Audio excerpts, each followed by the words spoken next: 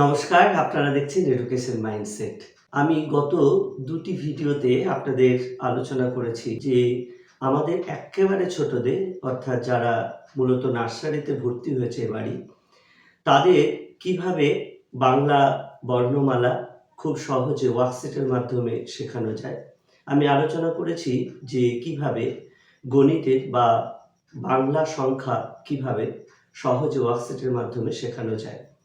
এখন আজ আপনাদের সাথে আলোচনা করব যে ইংরেজি লেটারগুলো কত সহজে ওয়ার্কশিটের মাধ্যমে তাদের শিখিয়ে নেওয়া যায়। শুধু শেখানো নয়, তারা এই শিখে অনেক বেশি মনে রাখতেও পারবে এই ওয়ার্কশিটগুলো যদি ঠিকমতো আমরা অভ্যাস করাতে পারি।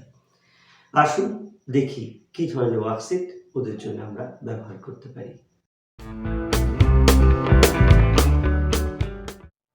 তাহলে লেটার শেখানোর জন্য আমরা প্রথম যে ওয়ার্কশিটটি ব্যবহার করব সেটা হলো লেটারের সাথে লেটার মেলাও। আমি এখানে কয়েকটি লেটার দিয়েছি, আবার ডান দিকে সেগুলোই একটু উল্টোপাল্টা করে দিয়েছি।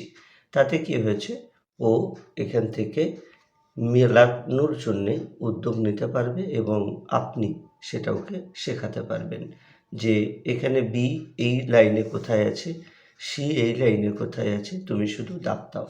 এখানে যেহেতু ওকে লিখতে হচ্ছে না, সে কিন্তু আনন্দের সঙ্গে করবে। প্রথমেই আমি বলবো যে এই ধরনের যখন আপনারা লেটারের সাথে লেটার মেলানোর বিষয়টি আনবেন, তখন ছোট ছোট করে করবেন। অর্থাৎ আমি দেখুন 4টের বেশি দিইনি। একাধিক লেটার নিয়ে করুক, তাতে কিন্তু ছোট ছোট করে 4টে 4টে বা 6টা 6টা এরকম করে দেবেন, তাতে ওর সুবিধা হবে করতে। দ্বিতীয় নম্বর যে ওয়ার্কশিটটির কথা আপনাদের বলবো সেটি হলো একই লেটার চিনে গোল করো।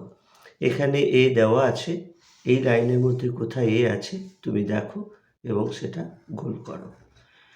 এখানেও ঠিক সেই রকম দেওয়া আছে, অর্থাৎ এখানে বি, এই লাইনের মধ্যে কোথায় বি আছে সেটা দেখে তুমি গোল করো। অর্থাৎ আপনাকেও এই ধরনের বেশ কিছু লিখে দিতে হবে এবং আপনি সেটা ওকে শেখাবেন যে তুমি এখানে ভালো করে দেখো, প্রত্যেকটা পড়ো, কারণ প্রত্যেকটা পড়ালে লেটারগুলো সম্পর্কে ওর ধারণাটি পোক্ত হবে এবং উৎসাহটাও ভালো পাবে সেটা খুঁজে খুঁজে গোল করার জন্যে। আরেকটি ওয়ার্কশিট লেটার জুড়ে দেখাও। এই ধরনের ওয়ার্কশিটের কথা আমি আগেও বলেছি। এই ওয়ার্কশিটটি করতে ও নিঃসন্দেহে মজা পাবে, কারণ এখানে একটা ছবির মতো সব শেষে হবে। এখানে দেখুন ওকে দেখানো যায় যে এর পর বি, বি এর পর সি, সি এর পর ডি, ডি এর পর ই, ই এর পরে এফ, এফ এর পরে জি। তো এইভাবে তুমি যদি করো, দেখো কি সুন্দর একটা ছবির মতো হচ্ছে। আপনি পরের লাইনও করে দিতে পারেন, ঠিক তারপরের লাইনে ফাঁকাতে আপনি ওকে চটজলদি করে দিতে পারেন। তো এই লেটার জুড়ে দেখানো, এইটা একটা লেটার শেখানো বা মনে রাখানোর জন্যে খুব ভালো একটি ওয়ার্কশিট হতে পারে। এইটা আরেকটি খুব সুন্দর ওয়ার্কশিট, সেটা হলো ফাঁকা ঘরে পরের লেটারটি লেখা। অর্থাৎ এ আছে, বি লিখতে হবে, ডি আছে, ই লিখতে হবে, আই আছে, অর্থাৎ এখানে এ, তোমাকে বি লিখতে হবে, ডি আছে, তাহলে এখানে ই লিখতে হবে।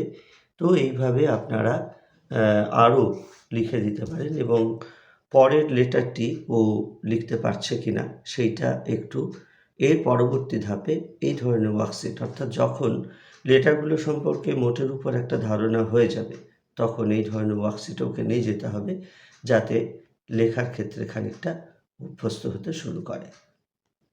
আরেকটি খুব সুন্দর ওয়ার্কশিট, সেটা হলো পরের লেটারটি গোল করো। অর্থাৎ এখানে এ আছে, দেখে দেখে বি, সি, বি, ডি, তাহলে এর পরে কি হবে না, এর পরে বি হবে। তুমি এইটা গোল করো, অর্থাৎ খাঁচায় ভরে দাও।